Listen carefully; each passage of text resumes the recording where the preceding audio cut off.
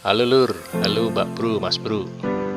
Jadi waktu datang tuh sore, itu sebenarnya ya sudah sangat ingin saya coba, tapi waktu itu kan sudah sore, terus kondisinya sangat berdebu. Jadi saya lap-lap sedikit dulu, plastik bumper juga saya bersihkan dulu, baru mikir untuk mencoba. Tapi ini sebenarnya kotor sekali kok keadaannya itu. Jadi bahkan atapnya saja, atap bagian dalam loh ya, atap bagian dalam tuh debunya tuh tebal. Jadi belum sempat dibersihkan, makanya saya bersihkan sebisanya dulu, baru saya istirahat, baru mikir test drive. Test ride. Ini memang membingungkan, test drive atau test ride, tapi oke lah. Kebetulan tuh malam, atau ada kawan yang datang di ini suhu Vespa ya, beliau itu suhu Vespa, maka saya ajak test drive sebagai Ndoro lah di belakang sebagai penumpang. Kebetulan operan gigi bajai TVS ini kan mirip dengan Vespa, jadi teman saya itu klik lah dengan bajai ini karena mirip sekali. Gigi dan kopling kan ada di tangan kiri, jadi Vespa banget lah. Maka dia duduk di belakang, ya udah seperti juragan gitu. Nah, rute yang saya lewati ini sebenarnya nggak jauh karena cuma test ride, dan ini malam juga, dan ini pertama kali ya, kita kondisinya juga belum tahu, belum sempat ngecek kendaraannya gimana, jadi ya sebisanya dan asal jalan aja, cuman sekedar mengobati penasaran. Dari rutenya ini kira-kira seperti ini. Saya dari rumah ke utara. Tujuan pertamanya tuh ngisi bensin, karena bensin dari dealer itu kan mestinya sedikit sekali ya. Jadi berangkat dari rumah itu sekitar lokasi ini, saya ke utara, belok kiri ke arah barat melalui bundaran Jombor lewat UTY, kemudian berhenti di SPBU, isi full. Nah, ini ngisi bensin ini juga tidak terlalu mudah rupanya, karena lubangnya tuh mengecil di nekuk ke bawah gitulah ya. Nanti kalau punya sendiri kan tahu situasinya, nekuk ke bawah, jadi harus disemprot agak pelan-pelan. Kalau langsung banter nyemprotnya full speed ya nanti nyemprot keluar gitu.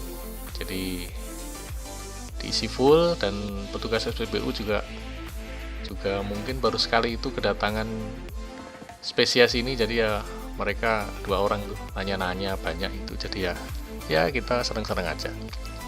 Kemudian dari SPBU lanjut ke barat ke arah jalan kabupaten, belok kiri ke jalan kabupaten itu, kemudian sampai pohon beringin Jambon itu atau ngeringin Jambon itu, belok kiri menyusuri jalan Jambon. Karena tempatnya enak di depan SKE itu, kami berhenti dulu untuk foto, untuk istirahat, ngobrol, dan mendengarkan komentar teman saya, karena di jalan itu kan saya terlalu fokus dengan mencoba, jadi suaranya juga kenceng, jadi nggak sunyi, itu nggak kenceng, operannya jeglak-jeglok, ya sudahlah, ini memang harus penyesuaian. Suara mesinnya juga kedengaran sekali, jadi walaupun dekat itu suara ngobrol tuh harus dikuatin. Oke, kemudian dari SKE lanjut ke jalan Jambon ke arah jalan Magelang, belok kiri ke utara ke arah TVRI, lalu di jalan Selokan Mataram tuh belok kanan, lalu belok kiri di Pasar Kutu, parkir di situ. Ini ya bukan ke pasar, tapi karena ada bubur kacang hijau di situ, ya kami ngobrol-ngobrol lah di situ sambil makan bubur kacang hijau. Nah, ada orang-orang yang lihat di situ, ya mungkin batin. Kok ini kayak bajai Jakarta tapi kok baru gitu ya. Ya sudahlah, memang ini spesies aneh, harus siap diperhatikan orang. Nah, dari situ pulang sampai rumah. Nah, ini odometer saya lihat di rumah itu angkanya 19 km. Nah, masalahnya saya lupa waktu berangkat itu odometernya berapa. Tapi kalau dilihat rutenya, rute saya test ride itu hanya sekitar 9,5 km paling banter, enggak banyak. Jadi nggak tahu, tadinya mungkin di angka 9,5 atau di angka 10 kilo waktu datang itu. Tapi saya nggak ngerti lah, saya nggak mau curiga atau apalah, terserah aja. Tapi yang jelas kondisi kendaraan ini kan masih berplastik-plastik itu ya, pastinya masih baru lah mestinya. Atau paling nggak new old stock gitu ya. Nah, itu test ride malam pertama. Kemudian besoknya tuh kan hari Sabtu. Nah itu si kecil itu kan libur sekolah, tapi kakaknya itu ada acara tryout ujian sekolah SMP di SMA 1 di Wiro Brajan. Jadi ya saya antar dia karena sambil bawa si kecil, jadi bertiga, saya dan 2 anak-anak di belakang. Jadi rutenya ya kami keluar dari rumah ke arah Jalan Magelang ke selatan sampai perempatan Pingit belok kanan, ikuti Jalan Godean, lalu pertigaan Jati Kencana masuk ke kiri Jalan HOS Cokro Aminoto. Terus saja nanti ada rel bablas saja, ada Bangju bablas saja ke selatan sampai ke Wiro Brajan tempat tryoutnya. Jadi saya drop anak lanang di sana dan saya pulang bersama si kecil, kakaknya nanti dijemput sesuai jadwal ya. Mungkin kalau sendiri saya pakai motor aja. Nah, setelah saya pakai bajai yang kedua kalinya ini, saya jadi lebih kenal karakter roda 3 ini. Nah, ini kesan-kesan pertama ya. Jadi bukan review. Kalau review nanti kalau udah 1000 kilo atau 2000 kilo lah saya review. Tapi kalau sekarang nih ya baru kesan-kesan awal aja. Operan jadi makin tahu selahnya, mundur gimana, lalu 1 gimana, 1 masuk 2, 2 masuk 3, 3 masuk 2 lagi gimana, sudut belok juga saya udah mulai paham, ini nikung sekali. Nah kalau mundur memang lebih sulit mengira-ira karena bentuk baja ini kan ternyata melebar yang belakang, depan dan belakang itu beda lebar. Jadi kalau ditarik garis lurus itu seperti segitiga, ya tentu sih tidak ekstrim kayak segitiga runcing itu enggak ya, tapi artinya depan itu lebih sempit daripada belakang. Jadi kalau mundur, lihat spion, meluruskan bodi dengan jalan atau dengan tanda jalan, dengan marka dan seterusnya, nanti jadinya malah nggak lurus. Jadi harus berkali-kali pakai baru nanti akan terbiasa. Jadi kalau mundur itu lebih mudah bawa mobil. Mobil itu asal dilihat spion lurus, kiri kanan dilihat, dicek kiri dan kanan. Kalau udah lurus, mundur ya pasti lurus. Jadi kesan-kesan pertama saya gini. Yang pertama itu starter elektrik ini sangat membantu.